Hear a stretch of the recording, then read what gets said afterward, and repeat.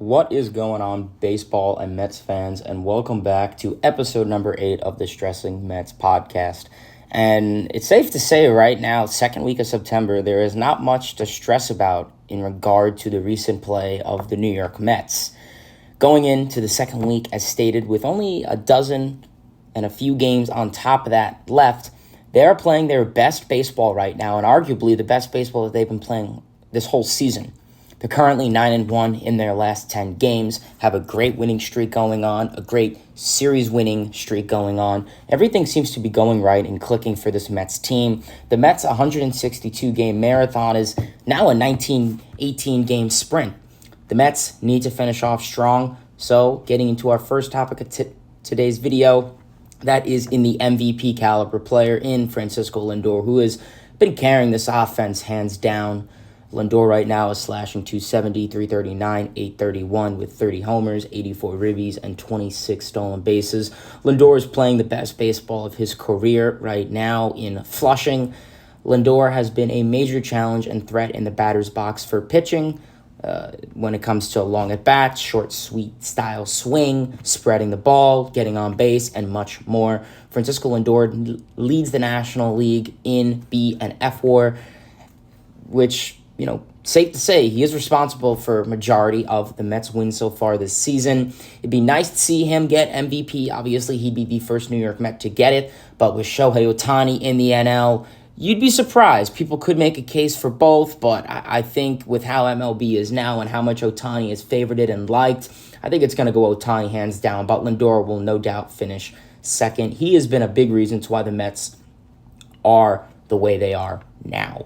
And coming into our second player who's really been carrying, and that is in Mark Vientos, who I don't think anyone had the stats that he is currently posting on their bingo card this April or arguably this May when it got called up. A dude who didn't even make it out of spring training. He started the year in AAA, so he only has a much shorter sample size than every other hitter on this lineup.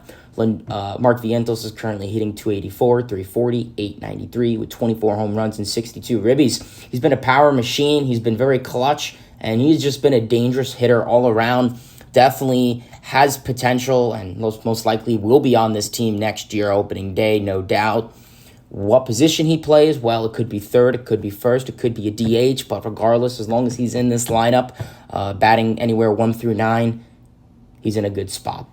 So Lindor and Mark Vientos have been a big reason to the Mets winning games and their offensive success as of recently. Getting into our next topic, and that is how great the starting pitching has been recently. Everyone who gets the ball every fifth day is getting the job done, whether it's Sean Manaea, David Peterson, who really has turned himself into an ace-caliber pitcher, best stats of his career, really changed up his approach, as well as guys like Luis Severino, Jose Quintana.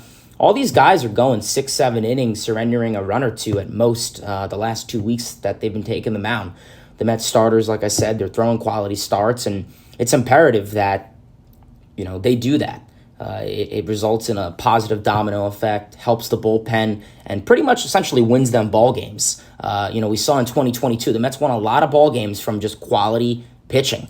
You don't need to score a lot of runs. You just get, your starter to go out there, surrender 2 runs, and, this is a good enough offense that can get that back. So you look at 2022 and, August, September 2024, and it's very similar games. Like I said, we've also been seeing a lot of double-digit strikeouts as of recently, pitchers stranding runners on, limiting walks, which has been a big thing for the Mets this season. So it's good to see them getting ahead of the account, not walk guys. Even if they get lost in the count 3-0, they get back and they strike them out or result in an out, so that's imperative. And, also just getting the third and final out when needed. And a lot of people thought that when Kodai Senga went down, it would be a massive blow. But so far, it really hasn't been a drastic loss considering the rotation is getting the job done. Everyone that goes out there 1 through 5 is getting the job done. The bullpen has been superb. You look at it, Mendoza's bullpen management, you really got to give him credit. And, I give credit when it's due. And, Mendoza has been much better with managing the bullpen as of recently. And, yet alone, the bullpen arms are going out there and getting the job done. Whether it's the 2 Youngs, whether it's Reed Garrett, who is really, really looking good. We're seeing a lot of that April-May Reed Garrett. Call me crazy. Adam Ottavino has actually been somewhat decent in the bullpen. Budo, the transformation of him, it's interesting to see him kind of turn into more of a one-inning guy. We know that the Mets started him in the rotation, then put him in bullpen long relief, 2-3 innings, and now the Mets are kind of limiting back down to 1 inning. So I think that could just be more of a development thing. We know that Stearns did that a lot with his organization back in Milwaukee, so it's a way to go. You don't want to kill his arm. He's a young pitcher. So the bullpen has been, overall the pitching's doing their job, and the pitching wins championships. At the end of the day, if the Mets do make the postseason, having a 1-2-3 punch of a possible Manaea, Peterson, Severino, and if they go into the postseason playing like the way they are now, that's a pretty nasty rotation. And like I said, we could be seeing that for most of the season. So we'll have to wait and see. But like I said, the pitching is getting the job done, and it's imperative that they do so.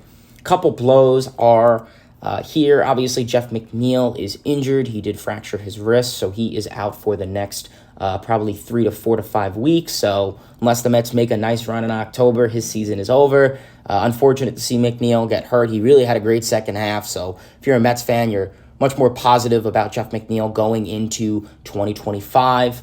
We'll see, what type of role he has with this team then.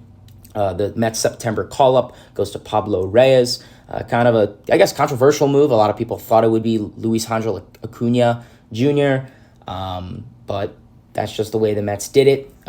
So is what it is. Also, Eddie Alvarez is also in that mix. So we will have to wait and see. But right now, this is the roster the Mets have. It's not getting any better, and it's not getting any worse. So right now, you got to believe in what you have. Do you believe in this core? Do you believe in the other guys who are, not the everyday players? The supporting cast, essentially. Do you believe in those guys? And that's going to be the question for the Mets down the line is, can the guys like Harrison Bader, can the guys like Tyrone Taylor do their job, which for 75% of the season they have been. So it's imperative that they do so. And then you look at it, Tide currently hold third place in the National League wild card. Right now, if you're the Mets, you're in a very, very good spot. Like I said, currently 79 and 65 is the time recording this video. You look at it, the Diamondbacks are a game above you, and then, of course, the Padres are a game and a half. So it's doable. And then you have the Atlanta Braves, who are also a game behind the Mets, who are currently out of playoff position. So, you look at it right now, this wild card race is really going to come down to the nail. It's going to come down to probably the last series. This Mets schedule is definitely tough, more tougher than it was at the end of 2022, considering the Mets will end the season, their last 2 weeks are going to include 3 against the Atlanta Braves and a total of 7 against the Philadelphia Phillies. So call me crazy, call me optimistic, whatever you want, but in my opinion, the division is still at play, and all 3 wild cards are still at play. Obviously, 3 of those 4 teams that I stated are going to get in it. Cubs are also in it, but they have a little bit more work to do, so we'll have to wait and see. But right now, the Mets control their own destiny. The Mets mentality of just winning ball games is what they need to do. I don't care about the D-backs. I don't care about the Padres, the Phillies, the Braves, the Cubs, whoever it is. If the Mets just go out there, win ball games, win series. You go out there and you win. That's all you could do. It doesn't matter what the other teams do. We saw it the last 2 weeks. Mets went on a massive win streak, and it put them back into playoff spot when they were 4 games behind, and everyone said it's done, it's over. But now it's not because of that. So the Mets need to go out there, win games, win series, and just get the job done. Simple as that. So we're going to have to, really wait and see what the Mets do. But Mets are in a very, very good spot, and who knows, maybe we will be watching October baseball. Alrighty, baseball fans, and that is the end of this video. Please feel free to give this video a like, comment, subscribe, turn on those post notifications. Let me know your thoughts below. What are your thoughts? Do you think the Mets will make the postseason? Yes, no? What are your other thoughts in regards to how the Mets have been playing recently? Alrighty, baseball fans. Till next time, LFGM, and let's go Mets.